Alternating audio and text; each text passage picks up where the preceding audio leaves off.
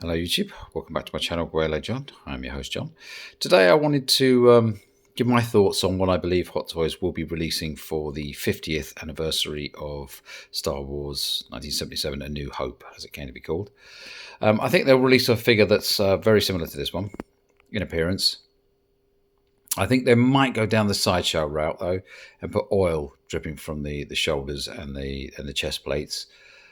I'm pretty certain they're going to be giving us a magnetic restraining bolt to go with that, the communicator, and hopefully a severed arm. You can see those down the bottom there.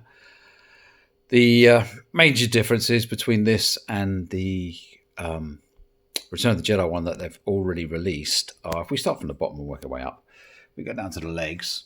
There are no bolts in the legs.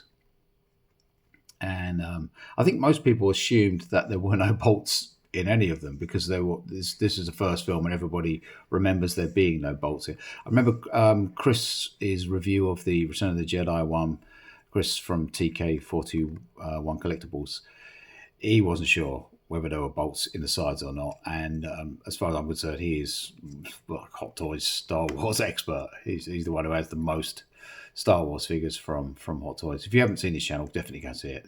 It's awesome. If you like Star Wars figures, he has them all and does really good reviews.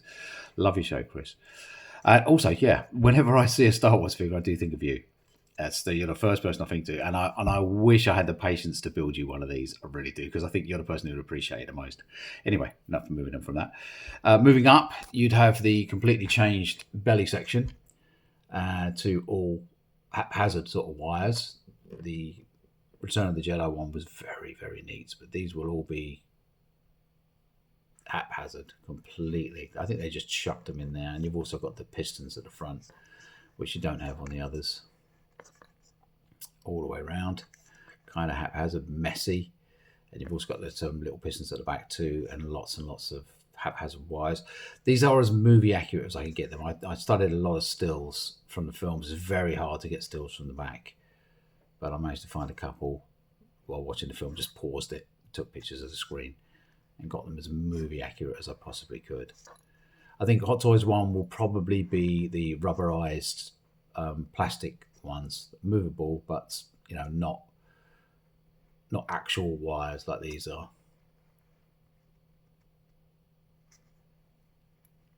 And then you will have the dent in the chest, and you'll have that. Well, hopefully they'll do it. I'm not sure they will. If they go down the sideshow route, then if they go down the sideshow route, then you will. They won't have that extra nipple on the right chest plate, which is it's there in the film, and they should do it, but I don't think they will, because they're going to have a restraining bolt that will cover that. They'll have the dent in the head, obviously. I mean, he spends 70% of the film looking like this, with the battle damage look. It's different. It's varying different shades of cleanliness and not, but this is pretty much how he spends most of the movie, which is why this is my definitive C-3PO. This is the one I wanted, and I didn't want to wait another 2 or 3 years to get it. I wanted it now in my collection. I had this obviously is a conversion of the Return of the Jedi one, and I had it with my original 1977 setup in my display, and every time I looked at it, I was just like, something's missing. It's just not quite right. I don't know, maybe I've got issues. I've got a lot of issues. I need to work on it. Yeah, the restraining bolt will be magnetic.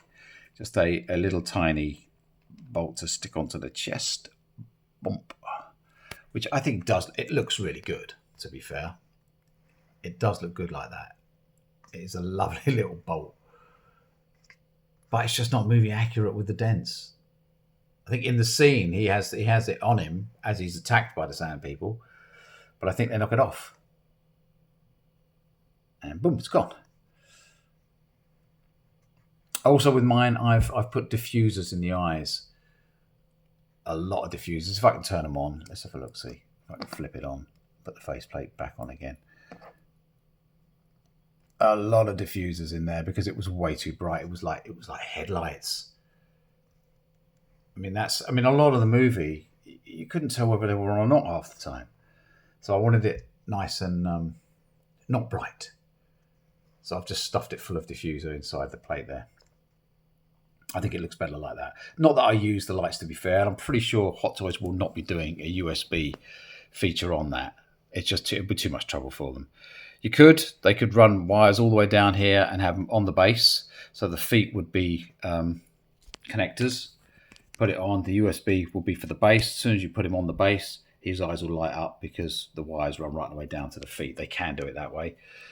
I think they probably should have done with the Return of the Jedi one, but they did not, unfortunately. Hopefully, it will come with the other eye, the little communicator, and the other arm, severed arm. I mean, this is the one I did for the Sideshow version, which is actually quite large. It's a lot larger, especially 1/6 scale, but it's a fair amount larger than this. The size of the hand is difference. Huge hands. Yes, they are posable fingers on this one.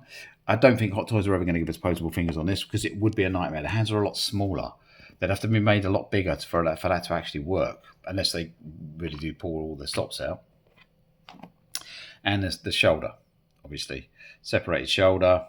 This is a custom one I did. It was nice at the time, but outdated now. Totally outdated compared to this. I mean, this is movie accurate. The difference between Sideshow and this are night and day. Sideshow one now looks like a toy, and this looks like a movie prop, which is what I really wanted. Shiny. It's beautiful. Obviously, I had to give it another bit of a paint, weathered it down a lot more. But the engineering that went into this, they really did put some care into it. All of it. The legs look like they actually clicked on. So much work went into it. I really do like it. They did such a good job with it. If enough people ask me to in the comments, if enough people ask me to show exactly how I converted the Return of the Jedi one to this, I mean, literally taking it apart again. So reverse engineer the whole figure, and then show you exactly what I did to convert it to this. It is not a conversion for the faint of heart, by the way, because you will be taking a gas-powered soldering iron to your figure, that was probably the scariest part of this. I mean, you have to take it apart. It has to be done from the inside. You can't do it from the outside. If you put a soldering iron to the outside of this, you'll wreck the paintwork. It will just come straight off. But you do it from the inside. You heat it from the inside, and it has to be very accurate. You have to heat just the part that you want, or else you're going to get streaks. The paint will blister. So it's not for the faint of heart. It would be very easy to destroy this figure. So if you do it and you destroy your figure, I take absolutely no responsibility for that. You did it yourselves. But I do admire you for trying. But just don't screw it up. So if you can, just wait for Hot Toys to release it, because I'm sure their version will be really, really good.